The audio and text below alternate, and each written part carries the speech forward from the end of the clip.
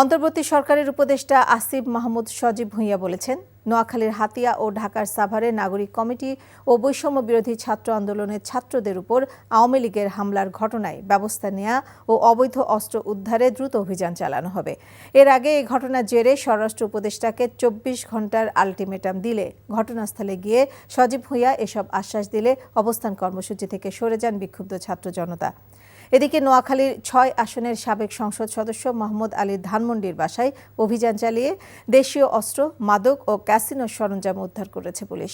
বিস্তারিত দেখুন আবির আহমেদের আরও একটি রিপোর্টে।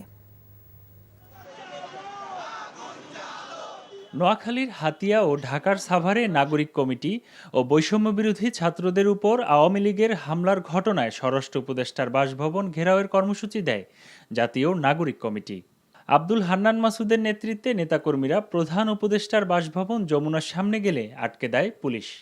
পরে সেখানে অবস্থান নেন নেতাকর্মীরা। যারা এজাহারভুক্ত আসামি তাদের পর্যন্ত অ্যারেস্ট করা হয় নাই, যারা হত্যা মামলার আসামি বিভিন্ন কারণে তাদের অ্যারেস্ট করা হয় নাই। তাহলে স্বরাষ্ট্র উপদেষ্টা করছেটা কি বাংলাদেশে?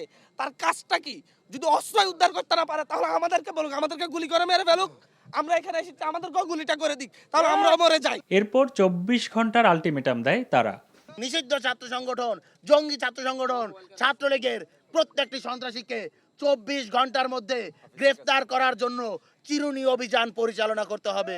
পরে ঘটনাস্থলে আসেন উপদেষ্টা আসিফ মাহমুদ সজীব ভুঁইয়া। তিনি হামলার ঘটনায় দোষীদের আইনের আওতায় আনার প্রতিশ্রুতি দেন।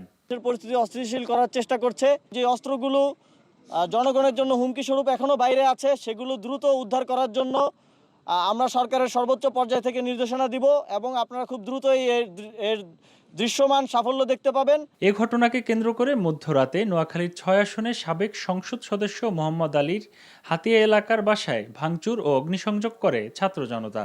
এছাড়া তার ধানমন্ডির বাসায় অভিযান করে দেশীয় অস্ত্র, মাদক ও ক্যাসিনো সরঞ্জাম উদ্ধার করেছে পুলিশ। আবির আহমেদ, এনটিভি নিউজ, ঢাকা।